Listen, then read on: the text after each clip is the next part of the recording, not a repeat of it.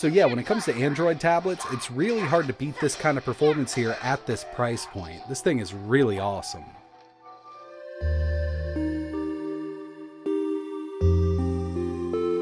Hey, what's going on everybody? It's ETA Prime back here again. Today we're going to be taking a look at what I consider the best budget Android tablet on the market right now. This is the Redmi Pad. So this was released in October of 2022, and it was a bit hard to get your hands on if you were in the US, but now it's actually listed up on Amazon and it's readily available. They do make a few different RAM and storage variants, and I've kind of got the mid-range here. But overall, for the price, I think this is a great option if you're looking for a good Android tablet. This definitely beats the Amazon Fire tablets, the Samsung Tab A line, and even the Lenovo line up until, you get to the $800 tablets that they started to offer recently.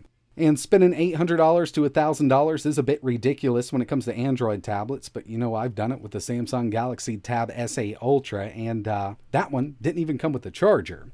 But with the Redmi Pad, we do get an 18-watt fast charger. It's got an 8,000 mAh battery, and it's actually got a lot going for it given the price point here. Now these range from $230 up to $270 depending on the RAM and storage variant. Like I mentioned, I've got the mid-range here, 4 gigs of RAM, 128 gigabytes of storage, but all of them have a beautiful 10.61-inch IPS display, an 8,000 mAh battery. We've also got quad speakers with Dolby Atmos, and all of them do support a micro SD card. Now I've tested up to a 400 gigabyte card, and it works out just fine in this tablet. We've also got an 8 megapixel rear camera and an 8 megapixel front camera. And I gotta say, I really do like the design here. They do have a few different color options. I've got the gray one here, or you could go with black, but the one I really wanted was the mint green version. Unfortunately, it was going to take a couple more days to get to me, so I just went with the gray version. But we've got the same specs here. For the CPU, this is actually using a Helio G99, otherwise known as the MediaTek MT8781. It's an 8-core ARM SoC. We've got 2 A76 cores at 2.2 GHz and 6 A55 cores at 2 GHz. For the GPU, we've got the Mali G57 MP2, so we've got that dual-core GPU, which does support OpenGL and Vulkan. I would skip the 3 gig model just because it doesn't support multi-window with that 3 gigs of RAM, and it only has 64 gigabytes of internal storage. But if you do end up going with this tablet, you can pick up 4 or 6 in the US right now. Both of those have 128 gigabytes of storage, plus we've got micro SD card support. And when it comes to the screen, this is actually a 90 Hz 10.61-inch IPS with a resolution of 1200 by 2000, so we're right there at a 2K resolution.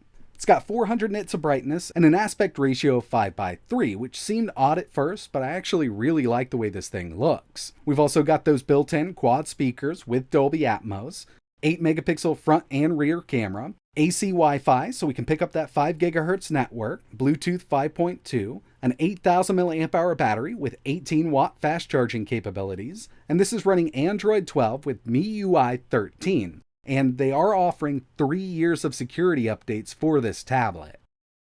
So overall, we've got a very snappy system here with that G99 CPU. It's not a top-of-the-line CPU by any means. I mean, it's not going to match performance of the Snapdragon 888, but we're not working with those kind of prices either. We've got full access to Google Play, so you don't have to worry about that. You can head in here, download your favorite games and applications, and we will be testing out some native Android games and emulation in this video. And overall, yeah, I mean, I've actually really enjoyed this operating system. I've always been a big fan of MIUI. I think they've done a great job over the years, and when it comes to the Android 12 version, which just happens to be named MIUI 13, it does work out really well on a tablet like this. 128 gigabytes of internal storage, plus that micro SD card. I've only tested up to a 400 gigabyte card, and I know that's going to be plenty for a lot of people, but it will support a 1 terabyte card if you want to go that route. Now, one of the main things I'd see a lot of people using this for is media consumption. Video playback from your favorite streaming apps, and one very important thing when it comes to these lower cost tablets is the widevine level. Luckily, we're level 1, so we can get HD Netflix, HBO Max, and Hulu. A lot of these tablets don't have a great widevine level, so you can only do standard definition. But with this, we can go up to a 2K resolution with Netflix playback on the built-in display. And speaking of video playback, one thing I always like to test here is some YouTube video playback. So we'll head over to a 2K video. So we're 1440p, 60 FPS. I'll turn stats for nerds on so we can see exactly what's going on here. Make sure we're at 1440p. And we're at 60 FPS. Stats for nerds. I'll tell you right now, this MediaTek G99 CPU paired up with the Mali GPU can do smooth 60 FPS 1440p playback. 0 drop frames through this whole video, and I think this IPS display looks really good for what we have here, not to mention the built-in speakers.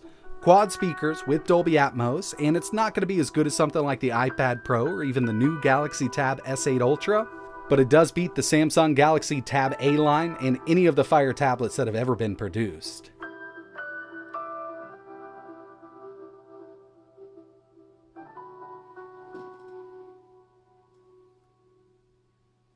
So we've got video playback covered. This thing's going to handle it just fine. The next thing I wanted to take a look at was some native Android gaming. And we do have a gaming mode here that's built into the tablet's operating system. This is actually pretty cool and it does help out with performance. We can add different applications here. It'll automatically add games, but you can actually add basically anything you want. And we'll just start up Minecraft. As you can see, Game Turbo is active. And we've got a few settings that we can mess with. So if we swipe from the top right-hand corner,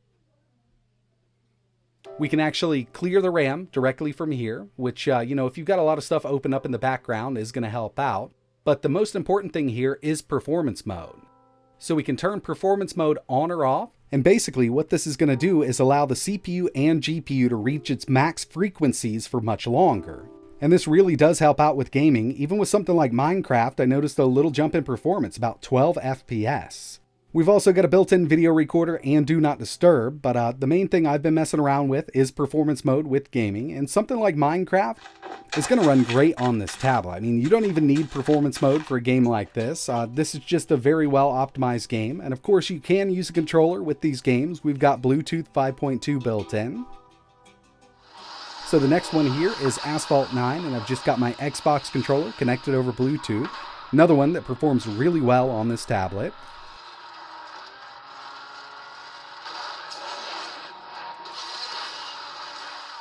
I also wanted to test Call of Duty Mobile, and this is another one of those games that works great with a controller. We're at medium settings with the frame rate set to high, so we are at 60 FPS with this, and it's really smooth. I mean, it plays just fine on this tablet. And of course, we also had to test out Genshin Impact. Now this is a harder one to run. I'm at low settings, 60 FPS, and it's really smooth at 60. Every once in a while, we do get a few dips, few stutters, but we do have a setting to go to 45, and I think a low medium mix at 45 FPS would be the way to run it on this tablet. Or, if you don't mind 30 FPS, medium 30 works out great. And we can also go down to the lowest setting if you don't want to have these stutters going on, but personally I just think it degrades the quality a little too much. So 45 FPS with a low medium mix is probably how I'm going to be running it on this tablet from now on. So overall, native Android gaming works out great on this tablet. The next thing I wanted to take a look at was some emulation. We're going to start off light here with N64. I'm using Mupin 64 plus FZ. As you can see, 007 is running fine, and by the way, I'm still using an Xbox controller connected over Bluetooth. We've got Diddy Kong Racing, so yeah, N64 on this thing is going to work out great. Let's take it up a bit to Dreamcast. And here I'm using the Redream emulator. We're at 1280 by 960, looking good here with Sonic Adventure 2. I mean, as long as the game's compatible with the Redream emulator or even Flycast, it's going to run at full speed on this hardware.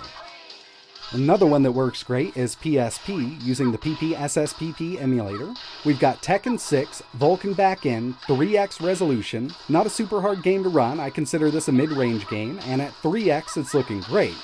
With the easier to emulate stuff, you could even go up to 5x, and the screen's resolution here can definitely support it. But we've got a harder one we need to test, and that's going to be the God of War series.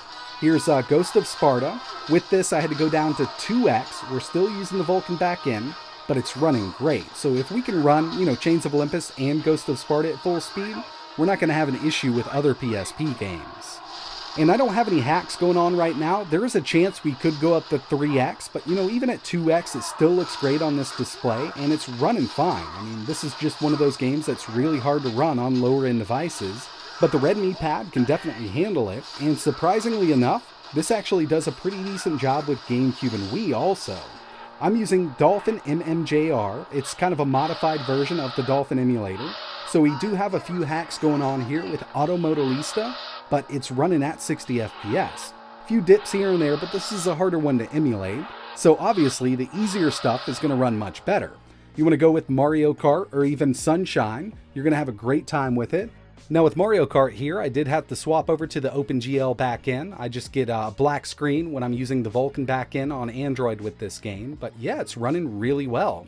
But I'd say one of the most surprising things here with the Dolphin emulator was Wii Emulation. Tatsunoko versus Capcom with the Vulkan backend runs pretty well, but I'm going to tell you, not every single Gamecube and Wii game is going to run at full speed on this tablet. This is just kind of a little side thing that we've got going on. There's still a lot of easier to emulate games that will run on this, but the last thing I wanted to test here was PS2 using Ether SX2. Here's Kingdom Hearts 2 at 1x resolution with the Vulkan backend. I'm not using any kind of cycle skips or anything like that for this game, but it is an easier one to emulate, and this is performing much better than I thought it would. Next up, we've got Mortal Kombat Armageddon. Again, no cycle skips, we're still at 1x resolution with Ether SX2 using the Vulkan backend. And yeah, really surprising performance here for PS2 games, but kind of just like GameCube and Wii, it's really going to depend on the game. As a lot of us already know, there's easier to emulate stuff and there's harder to emulate stuff. Here's Gran Turismo 4. I consider this a mid-range game when it comes to PS2, either on PC using PPSSPP or Android using Ether SX2. But you know, when I was testing this game out on the Redmi Pad, I was actually having a really good time with this game. Few dips here and there, but that's kind of a given. You know, we're not working with top-of-the-line specs on this tablet. And the final one here is God of War 2. Now, with the other three games that we just saw running, we were in safe mode at 1x resolution. With God of War 2, since it is a harder one to emulate on Android, we had to go down to 0.5 resolution. And I'm also in unsafe mode, so we do have cycle skipping going on. And it is noticeable, but I mean, if you don't mind playing it like this, then you could definitely have a good time with it. So when it comes to PS2, just like GameCube and Wii, yeah, we've got games that are going to run at full speed, but there are games that just aren't going to perform as well.